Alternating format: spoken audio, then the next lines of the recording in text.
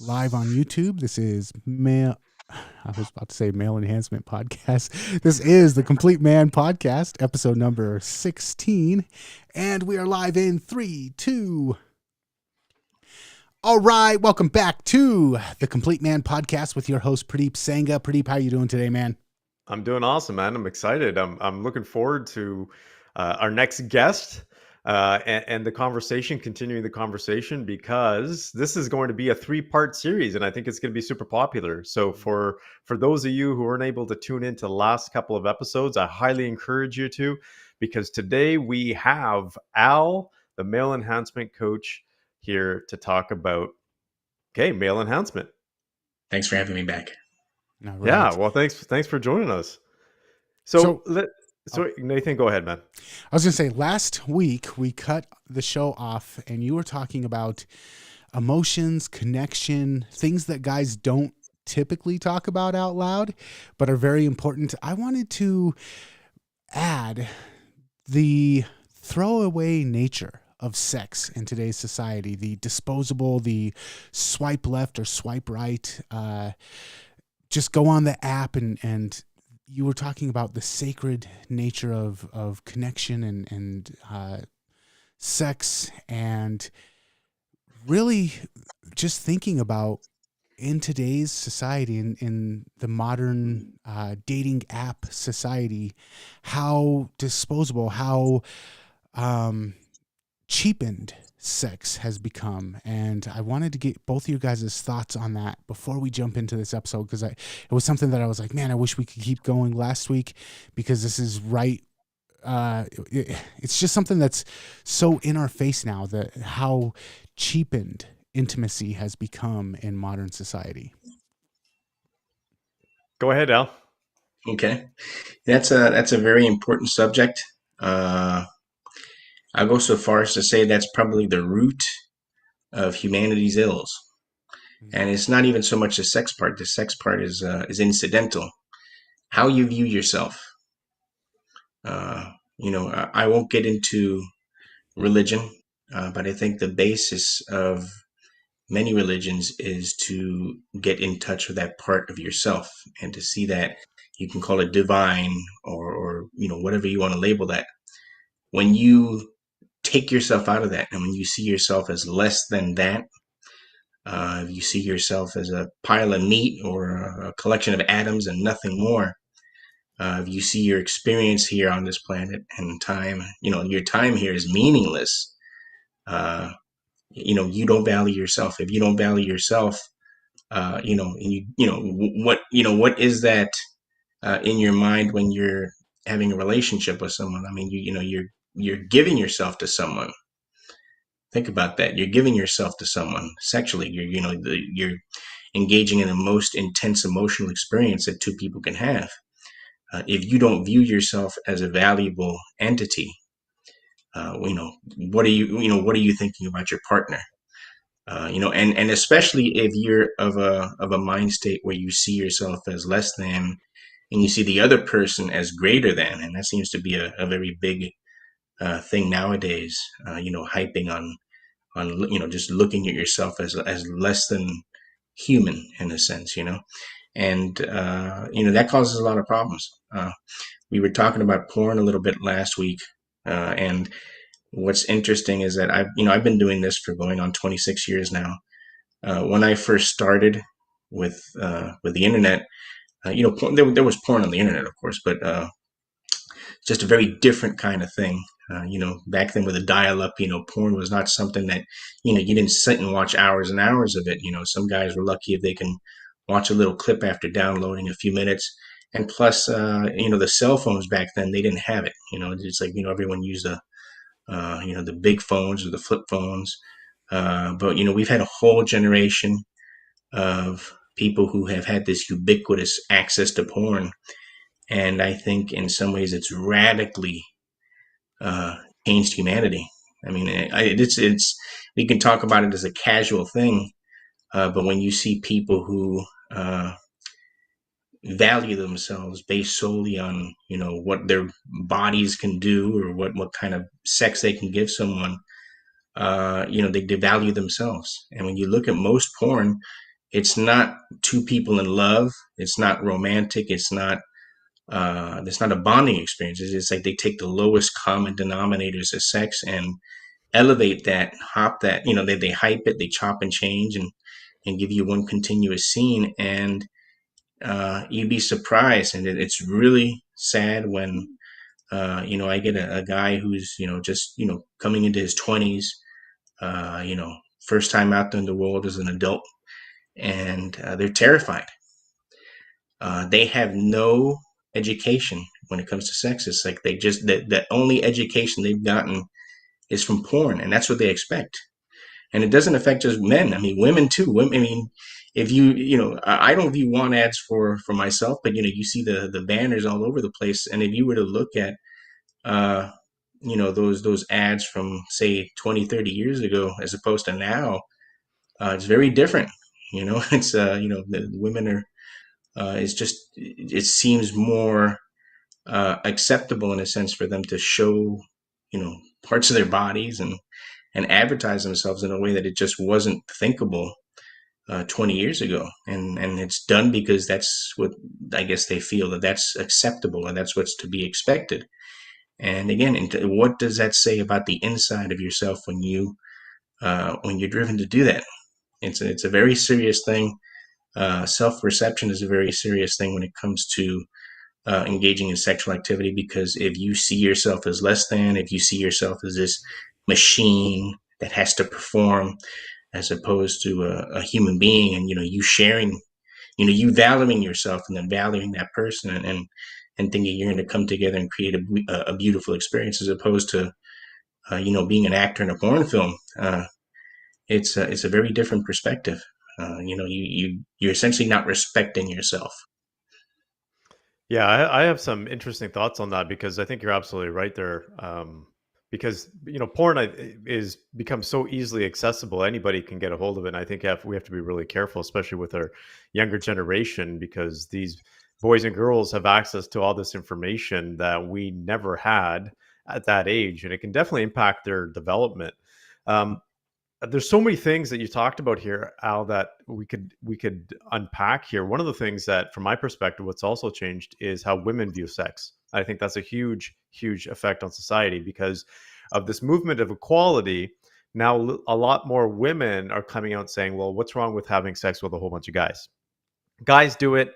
There's no repercussions for them. Women should be able to do it too." So from that perspective, sex has been devalued significantly by women, and I think taken to such a large extent that it's actually hurting everybody. Where it should have been pulled back more from the male side, women have gone to that extreme too now. Sex is an exchange, right? Yeah, I wanted to cut in real quick, and I hope I'm not being rude by cutting you out, but because that thought is fresh in my mind. It's almost like that aspect of the movement has decided to take on the worst of male behaviors. It's like it's well, men are doing it. It's like it wasn't right when they were doing it. So you could say, well, we want to eat, and I tell you what, and without getting too deep into things, I think humanity's going through that phase. Because if you look at most of history in most cultures that were civilized, even for the times, sex was something that was taken very seriously. There was a lot of rules against, what you did and with whom and whatnot. And humanity is going through its phase right now, I think, where, any of those restrictions have been removed. And perhaps that's an opportunity for us uh, to indulge as a species, indulge and do what you want to, and then reflect and see, well, you've had your playtime. What did you learn from it? Mm-hmm. But did you like it? Did you get a lot of experience from doing that, or was there a lot of pain involved from not doing things that has been conventional wisdom for thousands of years? It's very easy to think that well, we're a technological society now where we can call ourselves enlightened, and so we're going to throw away that hard won accumulated wisdom. But what happens? What happens when you do that? And what you see is a lot of suffering. There's a lot of suffering because of that. Hmm. Interesting. Nathan, did you have a comment there? Yeah, I would first of all like to push back a little bit and just say that I find that stereotype to be harmful. I myself have never been like the player that just goes sleeping around, and most of the guys I know don't actually fit that stereotype, but I do get society's stigma and Mm. calling guys players and calling girls sluts for doing the same thing. I did want to ask though, I keep seeing studies about millennials not having as much sex, and entire swaths of the population. I saw a study about Japanese, how a big part, they're having a major scare about keeping their population up because a large part of the younger generation just doesn't want to have sex. So it seems like we have this cheapening of sex, we have this overabundance of it, but at the same time, we're seeing on the actual human level, we're seeing a lot of people that are not having sex. They're kind of tuning out of that, and I think it might be because the intimacy, the emotions have been detached from it. But I wanted to get your thoughts on um, the studies and the ideas that are coming out that a lot of people are actually kind of withdrawing from intimacy nowadays. Yeah, I think that's emotional blowback in a sense. You have almost 8 billion people on the planet. It's quite an experiment, and everyone's going to react in their own unique way. I mean, you're going to see trends here and there, but imagine if you were to take someone from say 100 years ago and just place them in our current society. What would they think? I think in some ways they'd be horrified.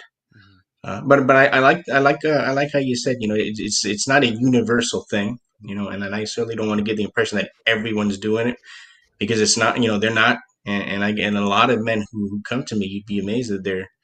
Yeah, you have some that are attempting to use these techniques to become players, like you said, but I'd say most of them are not looking for that. They just want to be able to connect with someone, and they want to have intimate experiences without those restrictions and not with those emotional restrictions.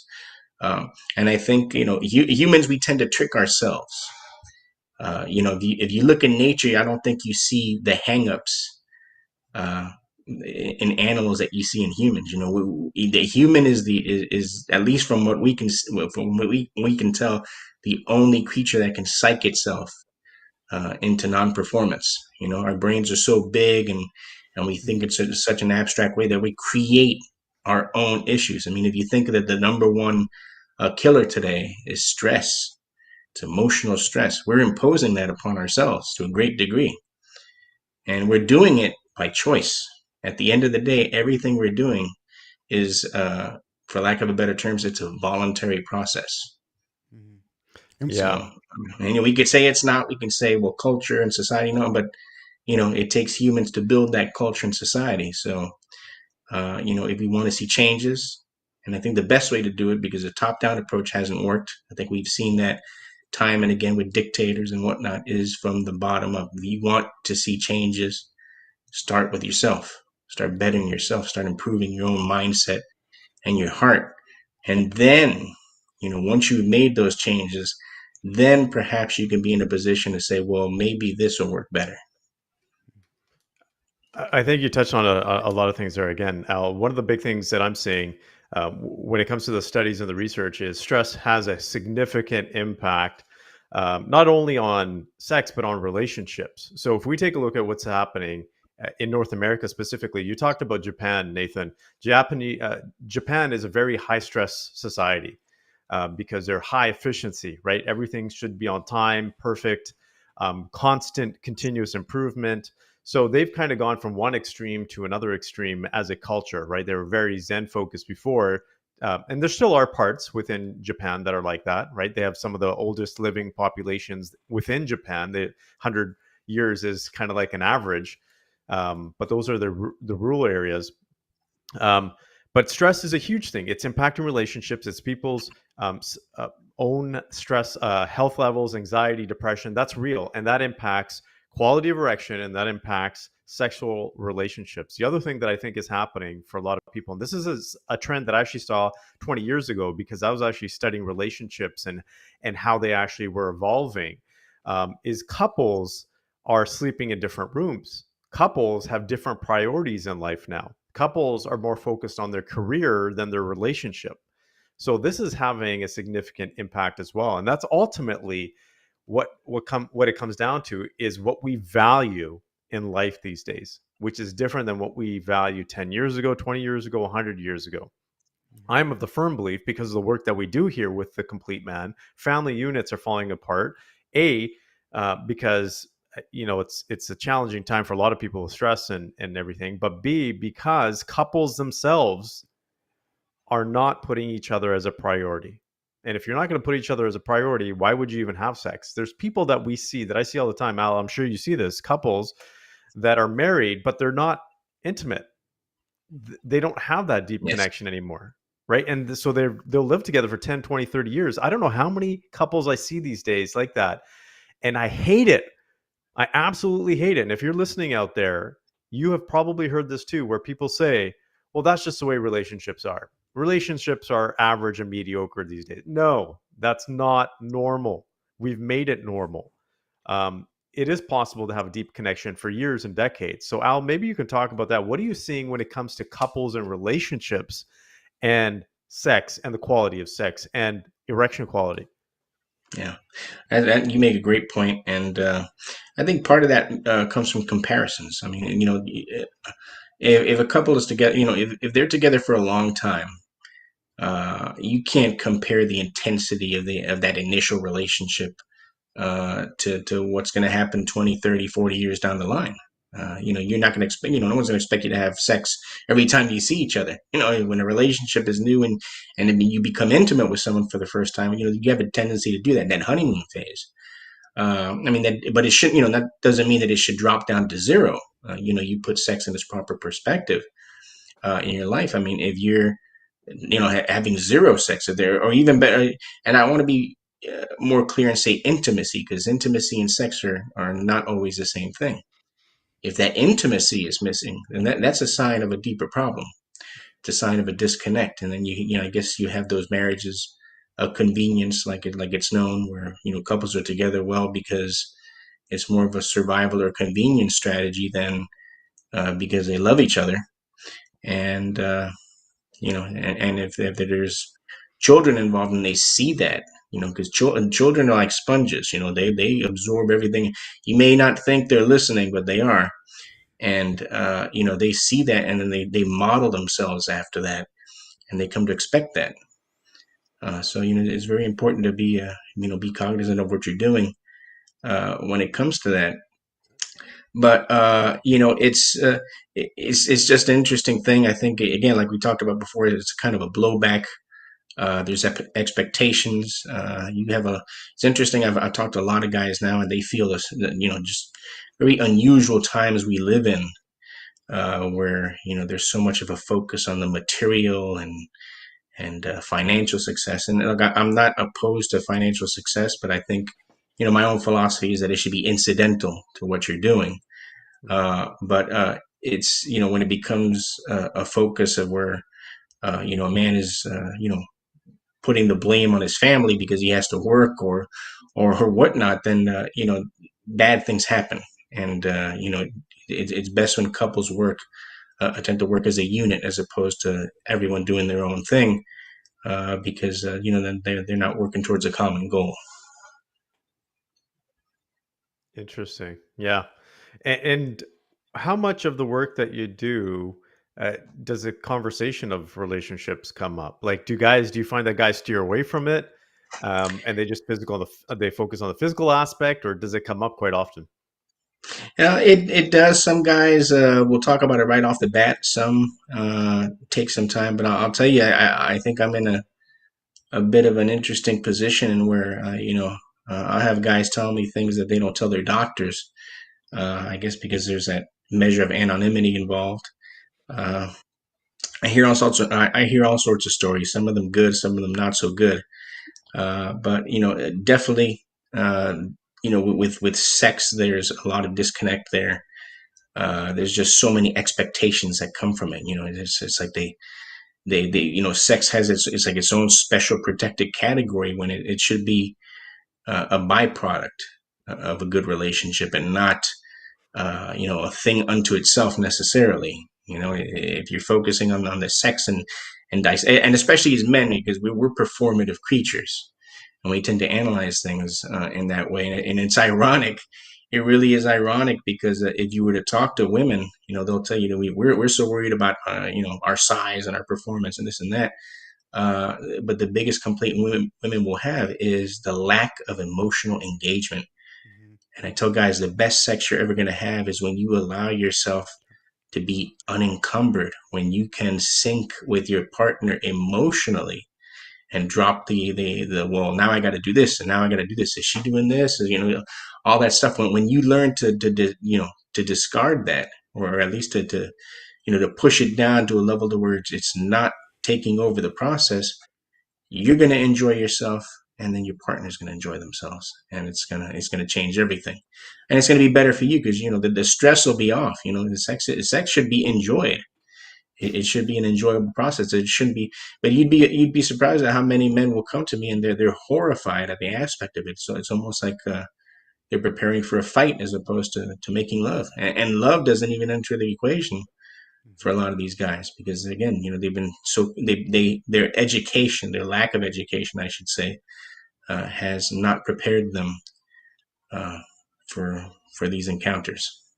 Okay, Al, I feel like we're almost out of here, but I feel like a lot of what you do is people coming to you saying, "This is what I want," which is male enhancement. And then it feels like a lot of what you give is what they actually need that they didn't realize what they actually needed. So I first of all want to thank you for coming on, Pradeep. Thank you for putting this together. It was a little bit embarrassing when Al first came on, for me at least, but an awesome conversation. Al, if people want to get more from you or connect with you, where's the best place that we could send them? Sure, thanks, and thank you for having me. And it's been great speaking with you as well. Uh, you could use my address. Just go to Linktree/AJALFA, AJ Alpha, and you can read about some of what I've done through there. Some podcasts, some of my work, and of course my contact information. Nice. And Pradeep, did you have anything? Obviously, let the listeners know where they can get more episodes of the podcast, but did you have anything as we're closing out this episode? Yeah, I just want to thank Al. This was an awesome conversation. I hope the audience got a ton of value. I'm sure they have. And I hope they do reach out because this is the thing. When it comes to the complete man, we have created this group. We have created this, you can say, awareness so that you out there listening have the right places to go to get the help that you need. And there shouldn't be any embarrassment, even though there might be a little bit. We have this safe environment for men to be able to accomplish more, do more, and feel better. So I highly encourage you to reach out to Al if this conversation has been of interest. Thank you, Al, for joining us. Uh, for those of you tuning in, you can check out more episodes at youtube4men.com or completemanpodcast.com. Thank you for All right. tuning in. Thank you Thank so you. much. And until next time, guys, we will catch you later. Can't wait.